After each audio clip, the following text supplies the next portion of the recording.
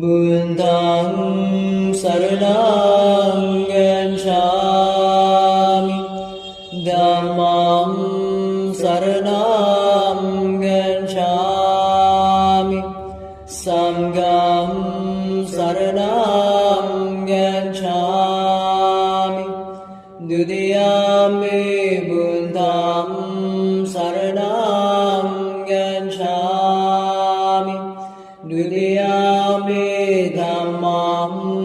saranam gacchami, Dutiyampi Sangham saranam gacchami, Tatiyampi Buddham saranam